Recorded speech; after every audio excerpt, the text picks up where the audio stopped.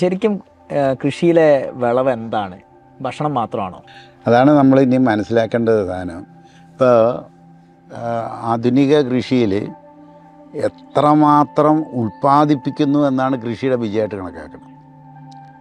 പക്ഷേ പാരമ്പര്യ കൃഷിയിൽ ഇതിൽ പറഞ്ഞത് ആവശ്യത്തിൽ കൂടുതൽ എടുക്കരുത്, അനാവശ്യമായി എടുത്തത് തൂവിക്കളയുകയും ചെയ്യരുത് എന്നുള്ള ഒരു നിലപാടാണ് എടുക്കുക. അപ്പോൾ എടുക്കുന്ന ഭക്ഷണത്തിൻ്റെ മുഴുവൻ ന്യൂട്രീഷണൽ റിച്ച്നെസ് അതിപ്രധാനമായിരുന്നു. അതുകൊണ്ടാണ് പണ്ടുകാലത്ത് പാഴിടുക എന്ന് പറയുന്നൊരു പരിപാടിയുണ്ട്. ഒരു 3 വർഷം അടുപ്പിച്ച് കൃഷി ചെയ്ത് കഴിഞ്ഞാൽ 1 വർഷം കൃഷിയില്ല.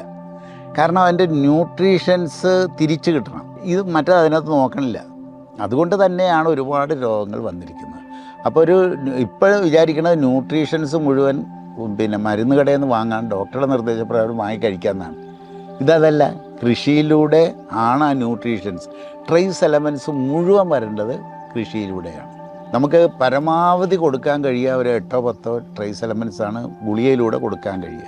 പക്ഷെ ഒരു 108 മേൽ ട്രേസ് എലമെൻറ്റ്സ് മനുഷ്യ ശരീരത്തിന് വേണം. അത് കിട്ടണമെന്നുണ്ടെങ്കിൽ കൃഷിയിലൂടെ അല്ലാതെ കൊടുക്കാൻ പറ്റില്ല. എന്ന് പറഞ്ഞാൽ ആരോഗ്യം സംരക്ഷിക്കണമെന്നുണ്ടെങ്കിൽ അത് ഭക്ഷണത്തിലൂടെ അത് സംരക്ഷിക്കാൻ പറ്റും. അപ്പോൾ ഒരു കൃഷിയുടെ വിളവെന്ന് പറയുന്നത് വിളവിൻ്റെ ക്വാണ്ടിറ്റി അല്ല, അതിൻ്റെ റിച്ച്നെസ്, ന്യൂട്രീഷണൽ റിച്ച്നെസ് ഒരു വിളവാണ്. കുറച്ചാണെങ്കിലും കൂടുതൽ ന്യൂട്രീഷൻ റിച്ച്.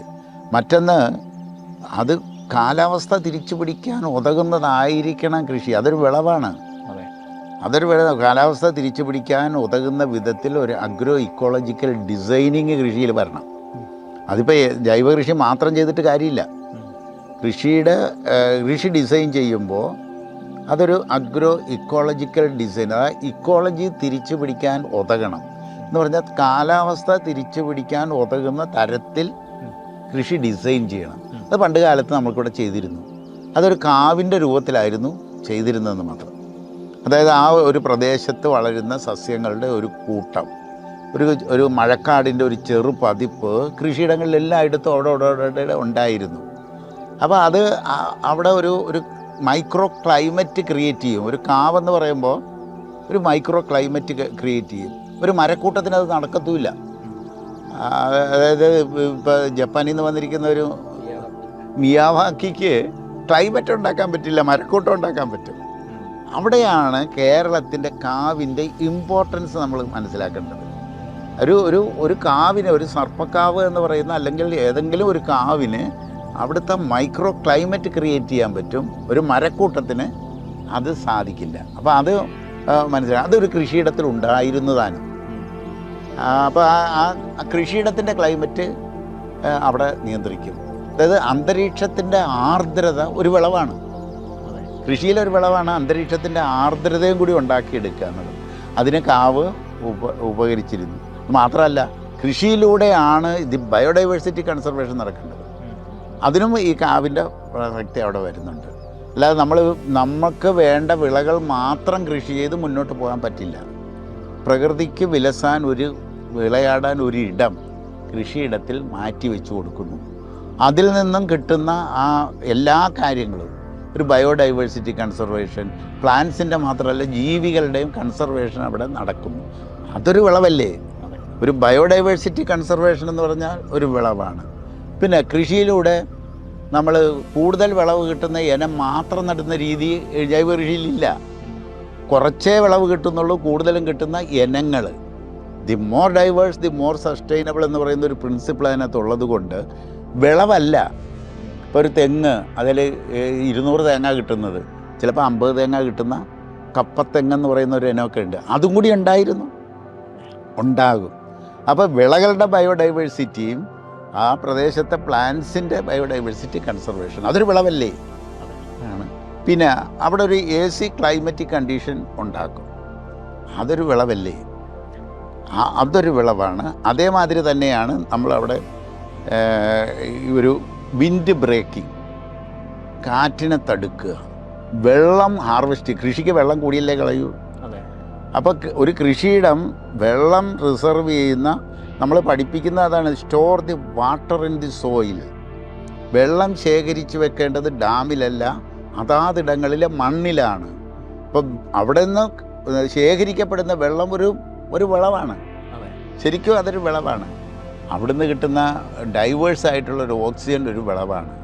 പിന്നെ ജൈവ കൃഷിയിലേക്ക് വരുമ്പോൾ ആ പ്രദേശത്തിലെ മാലിന്യങ്ങൾ മുഴുവൻ കമ്പോസ്റ്റാക്കി കൃഷിയുടെ ചുവട്ടിലേക്ക് വരുമ്പോൾ ഒരു മാലിന്യ നിർമ്മാർജ്ജനം ഒരു വിളവല്ലേ? മാലിന്യ നിർമ്മാർജ്ജനം ഒരു വിളവാണ്.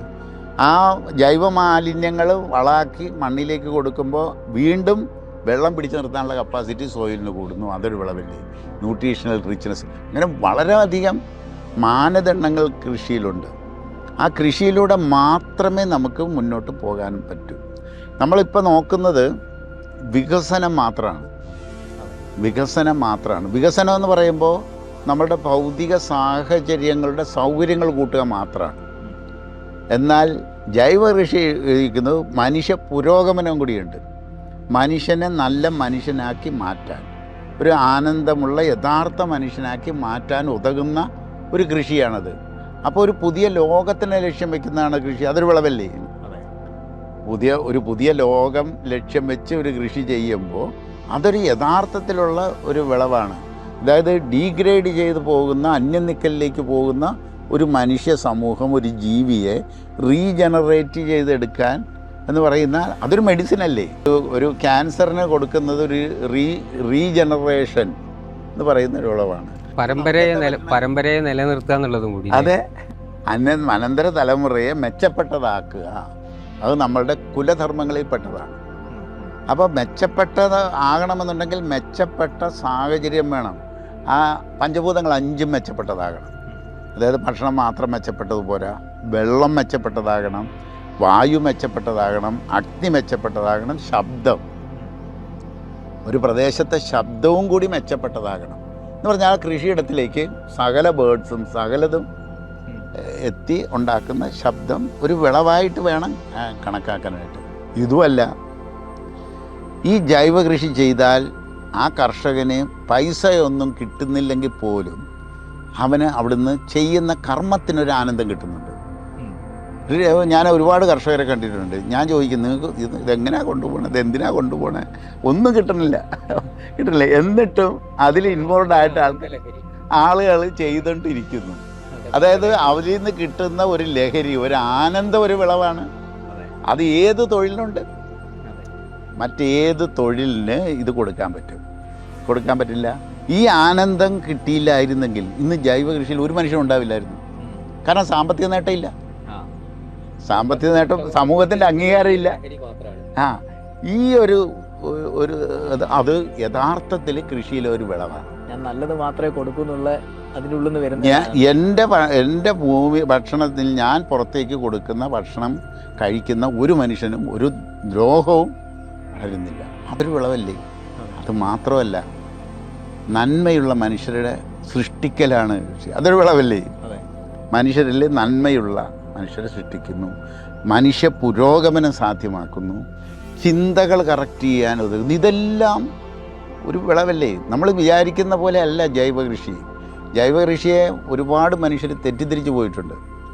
ജൈവ കൃഷി എന്ന് പറഞ്ഞാൽ ആദ്യം ചോദിക്കുന്നത് ഇതാണ്, എല്ലാ മനുഷ്യരും തീറ്റി പോറ്റാൻ പറ്റുമോ? അതാണ് ചോദിക്കുന്നത് ജൈവ കൃഷിയിലൂടെ. അതിനകത്ത് ഗവേഷണം നടന്നാൽ അതും അതിൻ്റെ അപ്പുറവും വിളയിക്കാൻ പറ്റുമെന്നുള്ള കാര്യം. വയറ് നിറയ്ക്കാൻ മാത്രമല്ല, സ്നേഹം കൂടിയാണ് കൊടുക്കുന്നത്. അതെ, ഈ ഭക്ഷണത്തിലൂടെ കൊടുക്കുമ്പോൾ ദ്രോഹിക്കണില്ല, മൊത്തം സ്നേഹത്തോടെ ആണ് കൊടുക്കുക. ഞാൻ പല കർഷകരുടെ വീട്ടിലും ചെല്ലുമ്പോൾ ഒന്നുമില്ലാത്ത സാധുക്കളായ മനുഷ്യർ നമ്മൾ തിരിച്ചു പോരാൻ നേരത്ത് പോയി അവിടുന്ന് എല്ലാം കൂടി പറിച്ചൊരു കിറ്റ് നിറച്ച് കൊണ്ടുവന്ന് ഇങ്ങനെ തരും. കാശ് കൊടുത്താൽ വാങ്ങില്ല. അതെന്താണത്? അത് ആ കർഷകൻ്റെ ഒരു വിളവാണ്, അവന് കിട്ടുന്ന ഒരു ആനന്ദമാണ്, അവൻ്റെ ഒരു സന്തോഷമാണ് അവൻ പങ്കുവയ്ക്കുന്നത്. അപ്പോൾ സന്തോഷത്തോടെ പങ്കുവയ്ക്കാൻ ഒരു മനസ്സുള്ള ഒരു ജീവിയായി ജൈവ കർഷകൻ മാറുന്നുണ്ട്. ഇപ്പം നല്ല മനുഷ്യരെ സൃഷ്ടിക്കാൻ സ്വയം അവൻ നല്ല മനുഷ്യരെ ആയിത്തീരുന്നതോടൊപ്പം മറ്റുള്ളവരും അങ്ങനെ ആകാനൊരു കാരണക്കാരനാകുകയും കൂടി അതിനകത്ത് സംഭവിക്കുന്നുണ്ട്. ഇങ്ങനെ ഒട്ടനവധി ഘടകങ്ങൾ, നമുക്ക് എണ്ണിയാൽ ഒടുങ്ങാത്തത്ര ഘടകങ്ങൾ കൃഷിയിൽ ഞാൻ കാണുന്നുണ്ട്. അതാണ് കൃഷി തിരിച്ചു വരും. ഞാനത് അതിൻ്റെ സിംറ്റംസ് കാണുന്നുമുണ്ട്. വലിയ വലിയ കോടീശ്വരന്മാർ പോലും അവരുടെ സമ്പത്തിൻ്റെ കുറേ ഭാഗം സേവനത്തിനായിട്ട് കൊടുത്തിട്ട് കൃഷിഭൂമി വാങ്ങി കൃഷിയിലേക്ക് ഇറങ്ങുന്ന കോടീശ്വരന്മാരെ ഞാൻ കാണുന്നുണ്ട്. എൻ്റെ അർത്ഥം എന്താണ്? കോടികൾ ഉണ്ടായിട്ടും സമാധാനവും സന്തോഷവും ആനന്ദവും കിട്ടുന്നില്ല എന്നുള്ളത്. അപ്പോൾ അവർ തേടി വരുന്നു. ആനന്ദം തേടുന്ന മനുഷ്യൻ വന്നടിയുന്നത് ഒടുവിൽ ജൈവകൃഷിയിലായിരിക്കും. കാരണം ആ ജൈവകൃഷിയിൽ ആ വിളവുണ്ട് എന്നുള്ളത് കൊണ്ട്. അതെ, ആനന്ദം എന്ന് പറയുന്ന വിളവ് അതിനകത്തുണ്ട് എന്നുള്ളത് കൊണ്ടാണ് അതിൽ വന്നടിയും. കോടികൾ ഉണ്ടാക്കി എല്ലാ സൗകര്യങ്ങളെല്ലാം കിട്ടി, പക്ഷേ സമാധാനവും സന്തോഷവും ആരോഗ്യവും കിട്ടുന്നില്ല. അവസാനം തേടി വരുന്നത് ഇവിടെ സംതൃപ്തിയില്ല. അതിൽ അവസാനം വന്നടിയുന്നത് ഇവിടെ തന്നെ ആയിരിക്കും. അതാണ് എനിക്ക് മനസ്സിലായിട്ടുള്ളൊരു കാര്യം. അതിന്റെ ഒരു ചെറിയ മോഡൽ എന്തെങ്കിലും ഫാർമർ ഫസ്റ്റിന് ചിലപ്പോൾ കാണിച്ചു കൊടുക്കാൻ പറ്റില്ല ലോകത്ത്? ഉണ്ടാക്കാൻ പറ്റും. അതുകൊണ്ട് തന്നെയാണ് നമ്മൾ ഫാർമർ ഫസ്റ്റിനെ ലോകത്തിന് മാതൃകയാക്കി ആയിട്ട് എടുക്കാൻ വേണ്ടിയിട്ട് തന്നെയാണ്, ആളുകൾക്കത് സ്വീകാര്യമാകാൻ വേണ്ടിയിട്ട് തന്നെയാണ് നമ്മൾ ഹാപ്പിനെസ് ടൂറിസം സെൻറ്ററുകൾ ഡിസൈൻ ചെയ്യണം. ആ ഹാപ്പിനെസ് ടൂറിസം സെൻറ്ററിൽ മെയിനായിട്ട് അവിടുത്തെ ടൂറിസ്റ്റുകളെ അട്രാക്റ്റ് ചെയ്യുക മാത്രമല്ല, അവിടെ വരുന്ന മനുഷ്യരെ മുഴുവൻ ആനന്ദം തേടി തിരിച്ചു പോകാൻ പറ്റണം. ഇതൊരു മാതൃകയാകാൻ പറ്റും. ഇതിലൂടെ നല്ല വരുമാനവും വരുന്നു. ഒരു ഹാപ്പിനെസ് ടൂറിസം സെൻറ്റർ വന്നാൽ അവിടെ എത്തുന്ന മനുഷ്യർക്ക് അവിടുത്തെ ഭക്ഷണം, അതായത് മനുഷ്യൻ്റെ സ്വഭാവം എന്ന് പറഞ്ഞാൽ അനുകരണമാണ്. അപ്പോൾ നല്ല രീതിയിൽ ഒരു ഹാപ്പിനെസ് ടൂറിസം സെൻറ്റർ നമ്മൾ ഡിസൈൻ ചെയ്ത് ഇംപ്ലിമെൻ്റ് ചെയ്ത് അതിനകത്ത് നിന്ന് ആദായം നല്ലോണം കിട്ടുന്നു എന്നറിഞ്ഞാൽ മറ്റുള്ള മനുഷ്യരത് അനുകരിക്കുക തന്നെ ചെയ്യും. അപ്പോൾ നമുക്ക് എല്ലാ കാര്യവും ഒരുമിച്ച് നടക്കും. അതായത് വരുമാനം ഉണ്ടാകും. അത് കൃഷിയിലെ വിളവിൻ്റെ മാത്രമല്ല വരുമാനം. അവിടെ ആളുകൾ ആകർഷിക്കപ്പെട്ട് ആ സെൻറ്ററിൽ വന്നാൽ അതൊരു വരുമാന മാർഗമായി, ഒരു ആദായ മാർഗമായിട്ട് തീരുകയും ചെയ്യും. അപ്പം ഓരോ കൃഷിയിടങ്ങളും ഹാപ്പിനെസ് ടൂറിസം സെൻറ്ററുകളായി മാറും. അങ്ങനെയാകുമ്പോൾ ഇതെല്ലാം തിരിച്ചു വരും, എല്ലാം തിരിച്ചു പിടിക്കാൻ പറ്റും. അത് കണ്ടാൽ ജനം അതിനകത്തേക്ക് ആകർഷിക്കപ്പെടുകയും അതിലേക്ക് വരികയും ചെയ്യും. അന്ന് അവരോട് പറഞ്ഞു കൊടുക്കണം. അന്നാണ് അവർക്ക് ബോധ്യമാകുക ഇതിനകത്ത് ആനന്ദം എന്ന് പറയുന്നത് ഒരു വിളവാണ്. കാരണം ആനന്ദം നമ്മളെടുക്കുന്നുണ്ട്, വന്നവർക്കും കൊടുക്കുന്നു. അപ്പോൾ ആദായകരമായിട്ട് കാര്യങ്ങൾ നടന്നു പോകും. അതായത് നമ്മൾ ഒരു 10,000 വർഷമായിട്ട് ചെയ്തുകൊണ്ടിരുന്ന വിളകളിൽ നിന്നും നമ്മൾ മാറി ഇനി ആനന്ദം തരാൻ ഉതകുന്ന വിളവുകൾ എവിടെയാണ് അവിടെ നമ്മൾ തൊടേണ്ടത്. അതായത് നമ്മളിപ്പോൾ ജൈവ കൃഷി ചെയ്യുമ്പോൾ അത് ചെയ്യുന്നവരെല്ലാവരും ആഗ്രഹം എന്താ? മറ്റുള്ളവർ ഇത് ചെയ്യണമെന്നല്ലേ? അതല്ലേ യാഥാർത്ഥ്യവും. എന്നിട്ടും എന്തേ മനുഷ്യനതെടുക്കാത്ത? മനുഷ്യൻ എന്തുകൊണ്ടാണ് അതെടുക്കാത്തത്? 100% യാഥാർത്ഥ്യമായ ഒരു കാര്യം ചെയ്യണവർക്കൊക്കെ അറിയാം യാഥാർത്ഥ്യമാണ്. പിന്നെ ആരെങ്കിലും ഇതിനകത്ത് നിന്ന് വിട്ടുപോകുന്നുണ്ടോ എങ്കിൽ മുതലാകാത്തത് കൊണ്ട്, രക്ഷയില്ലാത്തത് കൊണ്ട് വിട്ടുപോകണതാണ്. അല്ലാതെ ആരും വിട്ടുപോകില്ല. ആരെങ്കിലും വിട്ടുപോകില്ല. വിട്ടുപോകുന്നതിൻ്റെ കാരണം എന്താണ്? ജീവിക്കാൻ നിർവാഹമില്ല, വരുമാനം ഇല്ലാതെ വരുമ്പോൾ കമ്പല് ചെയ്യപ്പെടുകയാണ്. വിട്ടുപോകാൻ കമ്പല് പെട്ടുപോവുകയാണ്. അപ്പോൾ ഇതെന്തുകൊണ്ട് മനുഷ്യൻ എടുക്കുന്നില്ല എന്നുള്ളതാണ് നമ്മൾ അടുത്ത സ്റ്റേജിൽ നോക്കുക. വളരെ വ്യക്തമായ ഒരു കാര്യമാണ്, കോശങ്ങൾക്ക് വേണ്ട യഥാർത്ഥ സോഡിയം നമുക്ക് കൊടുക്കാൻ കഴിയുന്നില്ല. ഒരു സോഡിയം ബുദ്ധിയുടെ ഒരു പാർട്ടാണ്. ശരിയായ രീതിയിൽ ചിന്തിക്കണമെന്നുണ്ടെങ്കിൽ അവന് വിധിച്ച സോഡിയം കൂടി കിട്ടണം. പൊട്ടാസ്യം നമുക്കിപ്പോൾ കിട്ടുന്നുണ്ട്. തേങ്ങ തിന്നുന്നത് കൊണ്ട് പൊട്ടാസ്യം ആവശ്യത്തിന് കിട്ടുന്നുണ്ട്. വാഴപ്പഴം തിന്നുന്നത് കൊണ്ട് പൊട്ടാസ്യം ആവശ്യത്തിനായിട്ടുണ്ട്. ആ ഒരൊറ്റ കരുത്താണ് ലോകത്ത് മലയാളി എന്ന രക്ഷപ്പെടുന്നത്. ആ പൊട്ടാസ്യത്തിൻ്റെ കരുത്ത് മാത്രമാണ്. ഇനി അതല്ല, നമുക്കിപ്പോൾ മനസ്സിലായിരിക്കുന്ന ഒരു കാര്യം, സോഡിയം അതിപ്രധാനമാണ്. 100% യാഥാർത്ഥ്യമായ കാര്യം ഒരാളോട് പറഞ്ഞാൽ അത് എടുക്കുന്നില്ല എന്നുണ്ടെങ്കിൽ അതിൻ്റെ കാരണം സോഡിയത്തിൻ്റെ അപര്യാപ്തതയാണ്. ആ സോഡിയം കൂടി നമ്മളുടെ ഭക്ഷണത്തിൽ ഉൾപ്പെടുത്തി നാട്ടുകാർക്ക് കൊടുത്തു വരുമ്പോൾ നമ്മൾ പറയുന്നതിനോട് അവർ ചെവി തരും, അവരത് സ്വീകരിക്കും, അവരും ഇതിലേക്ക് വരികയും ചെയ്യും. അപ്പം നമ്മൾ കുറച്ചുകൂടി അഡ്വാൻസ് ചെയ്യാനുണ്ട്. ക്ഷമിച്ച് കൃഷി ചെയ്യുക മാത്രമല്ല, കാരണങ്ങൾ അഡ്രസ്സ് ചെയ്യണം. ഇപ്പോൾ ഒരു 2% ഉള്ളു ജൈവ കർഷകർ, ബാക്കി 98% അറിയാം ഇതാണ് വേണ്ടത്. പിന്നെ എന്നിട്ടും എന്തേ അവർ വരുന്നില്ല എന്നുള്ളതിൻ്റെ യഥാർത്ഥ കാരണം യഥാർത്ഥ വിധിച്ച സോഡിയത്തിൻ്റെ അപര്യാപ്തതയാണെന്ന് ജൈവ കർഷകർ തിരിച്ചറിയണം. ജൈവ കർഷകർ തിരിച്ചറിഞ്ഞ കാരണം അത് നമുക്ക് ഒരു റിസൾട്ട് കിട്ടണം, മനുഷ്യരുടെ റിസൾട്ട് കിട്ടണം. അങ്ങനെ ജൈവ കൃഷി അഡ്വാൻസ് ചെയ്യണം, ഓരോ ദിവസവും അഡ്വാൻസ് ചെയ്യണം, ഓരോ ദിവസവും. അല്ലാത്ത പാരമ്പര്യ കൃഷിയിൽ ഉറച്ചു നിൽക്കാൻ പാടില്ല.